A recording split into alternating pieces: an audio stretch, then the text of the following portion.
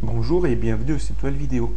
Donc dans le cadre d'une série tutoriel consacrée à Ubuntu, j'aimerais vous montrer comment mettre à jour ses logiciels et son système d'exploitation. Donc vous allez voir qu'il y a plusieurs méthodes, je vais en présenter 3 dans cette vidéo. Je vais partir de la plus simple et terminer par la plus compliquée. Donc avant de commencer, j'aimerais vous présenter le plan que j'ai prévu de suivre pour ma série vidéo sur Ubuntu. Donc j'ai déjà fait des vidéos sur l'installation. Actuellement, je suis en train de faire des vidéos sur les découvertes. Donc aujourd'hui, on apprend à mettre à jour des logiciels. Et je ferai des vidéos sur une utilisation plus avancée. Tout ça pour dire que si vous êtes sur Wecast, Dailymotion ou Vimeo, je vous conseille d'aller voir mon profil, parce qu'il y a d'autres vidéos qui pourront vous intéresser. Donc avant de vous montrer les manipulations à faire pour mettre à jour ces logiciels, j'aimerais vous parler un peu de la théorie, parce qu'en fait, Ubuntu fonctionne complètement différemment au niveau des logiciels et des mises à jour. Sur Windows, par exemple, lorsqu'on veut installer un logiciel, la plupart du temps, on va sur Google, on recherche le nom du logiciel et on télécharge le fichier exe sur un site quelconque. Ensuite, une fois qu'on a le fichier exe, on lance le fichier, on fait suivant, on accepte les contrats et on fait suivant jusqu'à ce que ça se termine. Sur Ubuntu, déjà, c'est pas pareil. Sur Ubuntu, on fonctionne avec une Logitech. C'est-à-dire que sur Windows, lorsqu'on veut télécharger un logiciel, on passe par n'importe quel site. Donc des sites plus ou moins sûrs. Sur Ubuntu, on n'a pas ce problème, étant donné que toutes les sources de logiciels, en fait, ou quasiment toutes les sources de logiciels, sont centralisées sur un même endroit, sur des dépôts officiels, donc sur des serveurs officiels, en fait. Et par conséquent, comme ces serveurs sont officiels, les fichiers qui sont stockés sont contrôlés, et ça évite par exemple le problème des virus. Et ça représente un gros avantage au niveau des mises à jour, parce que, étant donné que toutes les sources de logiciels sont centralisées sur un même endroit, c'est beaucoup plus simple de savoir si un logiciel a une version plus récente. Tout ce qu'il y a à faire au Ubuntu, en fait, c'est de demander au serveur officiel une liste des logiciels et de leur version, et de comparer cette liste avec les logiciels qu'il a installés et qui est disponible sur l'ordinateur. Donc vous comprenez que c'est beaucoup plus simple de vérifier comme ça les mises à jour, et l'avantage c'est qu'on peut mettre à jour tous les logiciels en même temps. Donc ça c'est le système de dépôt. C'est pas forcément utile de savoir ça, mais je trouve que c'est sympa, ça aide à comprendre la suite. Donc maintenant on va passer au concret. Donc par défaut, lorsqu'on démarre l'ordinateur, la plupart du temps, il y a un gestionnaire de mise à jour qui se lance. Donc ce gestionnaire vérifie les mises à jour, et si des mises à jour sont disponibles, cette fenêtre apparaît automatiquement. Et là, vous remarquez que c'est vraiment bête et méchant. Tout ce qu'on a à faire, c'est cocher ou décocher les cases. Moi, ce que je vous conseille de faire, c'est de ne pas trop y toucher et de tout laisser cocher. Ce qu'il propose, c'est bon, généralement. Et de cliquer sur installer les mises à jour. Ensuite, il va demander le mot de passe. Vous entrez votre mot de passe et vous faites valider. Et tout se passe tout seul. Vous n'avez plus rien d'autre à faire. Ça se passe en tâche de fond. Vous pouvez continuer votre activité en attendant. Par exemple, faire du Firefox ou du traitement de texte. Ça ne posera pas de problème. Donc ça, c'est la première méthode. Donc comme je l'ai dit, ça se lance automatiquement la plupart du temps. À peu près tous les 6 mois aussi, il y a une nouvelle version d'Ubuntu qui sort. Et ce gestionnaire de mise à jour propose une mise à niveau vers la version la plus récente. Donc là, je ne peux pas vous le montrer étant donné qu'il n'y a pas de nouvelle version pour le moment. Mais lorsqu'il y aura une nouvelle version, j'ai trouvé une petite image sur internet.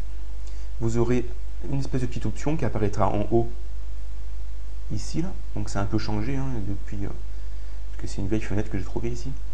Enfin, en tout cas, il y aura un espèce de truc qui apparaîtra en haut. Et il y aura mettre à jour. Et c'est en fait mettre à jour votre système d'exploitation. Donc pour faire simple, c'est la grosse mise à jour pour passer au système, à la version suivante en fait. C'est comme si on faisait une mise à jour de Windows XP vers Windows Vista. Sauf que sur Linux, ça se passe tous les 6 mois, ce genre de mise à jour. Vous n'êtes pas obligé de les faire, mais bon. Après, c'est à vous de voir. Donc si la fenêtre n'apparaît pas par défaut quasiment tous les jours, vous pouvez la retrouver en allant dans Système, Administration et Gestionnaire de mise à jour. Et vous retrouvez la fenêtre. Donc là, le temps de chargement qui est au démarrage, en fait, c'est Ubuntu qui récupère la liste des logiciels sur les dépôts officiels. Et ensuite, il trouve les mises à jour à faire. Donc ça, c'est la première méthode, c'est la plus simple, c'est celle qu'on utilise quasiment tout le temps.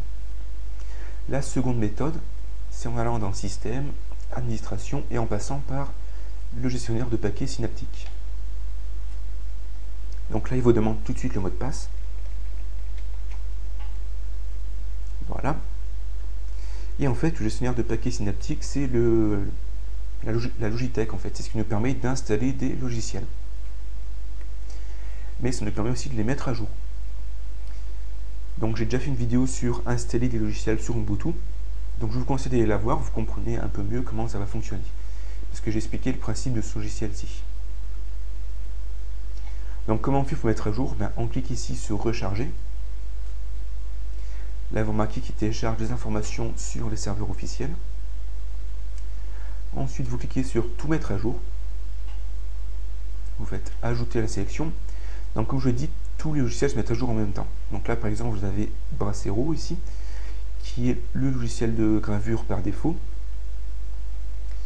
Vous avez Evolution, qui est un logiciel pour les emails. Vous avez par exemple Firefox, donc vous voyez que vraiment tout se met à jour en même temps. Donc une fois que vous avez regardé un peu les mises à jour qui sont faites, vous faites ajouter à la sélection, vous cliquez ici en haut sur appliquer, et vous refaites ici appliquer. Donc c'est un peu moins simple que tout à l'heure. Vous remarquez qu'il faut cliquer plusieurs fois sur valider, appliquer, tout ça. Mais c'est encore assez simple. Et enfin, la troisième méthode que je souhaite vous présenter, c'est via en fait le terminal, en tapant des lignes de commande. Donc il faut aller dans Applications, Accessoires et Terminal. Ici, on a accès à une console. Et dans cette console, il faut taper deux lignes de commande. La première, comme je vous l'ai dit, il faut récupérer la liste des mises à jour sur les serveurs officiels. Donc pour faire ça, on tape sudo apt-get update. Donc j'ai expliqué un peu cette commande. Le sudo qui est ici devant, ça veut dire on se met en mode administrateur. Et le update, ça veut dire en fait va chercher la liste des mises à jour sur les serveurs officiels. Lorsqu'on fait entrer, il nous demande le mot de passe. Et là, vous entrez votre mot de passe, mais il n'y a rien qui apparaît. C'est tout à fait normal. Ici, il n'y a rien qui apparaît, il n'y a même pas des étoiles, il n'y a rien, c'est normal. Si vous faites entrer, vous allez voir que ça fonctionne. Et là, vous remarquez qu'il y a plusieurs adresses. Et ça, en fait, c'est la liste des dépôts. Donc, vous remarquez qu'il télécharge des informations sur ces dépôts. Et la deuxième étape, en fait, c'est lui dire télécharge les nouvelles versions des logiciels et installe-les. Et pour dire ça, on tape la commande sudo, vous se mettez en mode admin comme d'habitude, apt-get, ça change pas, et là on tape upgrade. Donc faites bien attention, les deux commandes se ressemblent. Là c'est upgrade avec un G, et là c'est update avec un D. Faites attention. Et il faut d'abord faire le update avant de faire le upgrade. Et ensuite vous tapez sur entrée.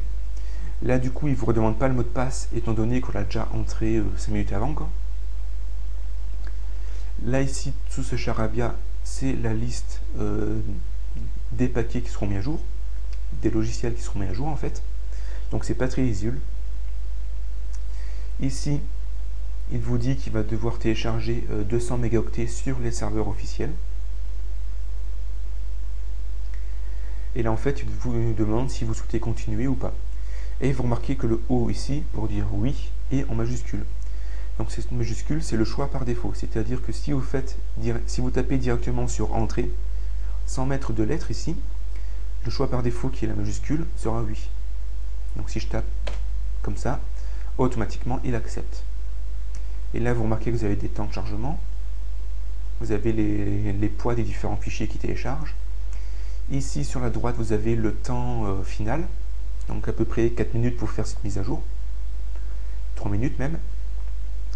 Et ici vous avez la vitesse de téléchargement. Donc la première étape c'est qu'il télécharge tous les fichiers nécessaires. Et la seconde étape c'est qu'il va les extraire et installer ces fichiers. Donc là, vu que j'ai pas fait les mises à jour depuis longtemps, vous remarquez qu'il y a quand même pas mal de trucs à télécharger. Si vous faites ça régulièrement et tous les jours, ça devrait bien se passer. Donc vous voyez qu'il y a 3 méthodes différentes. La première, en passant par système, administration et le gestionnaire de mise à jour. La plupart du temps, ça se lance automatiquement au démarrage. La deuxième méthode, en passant par le gestionnaire de paquets synaptique. Et la troisième méthode, en passant par application, accessoires, terminal, et en tapant sudo apt-get update et sudo apt-get upgrade. Donc voilà les 3 méthodes. Donc j'espère que vous avez apprécié ce tuto. Si vous avez des questions, n'hésitez pas à les poser. En attendant, je pense que j'ai fait le tour. Et puis, bonne chance.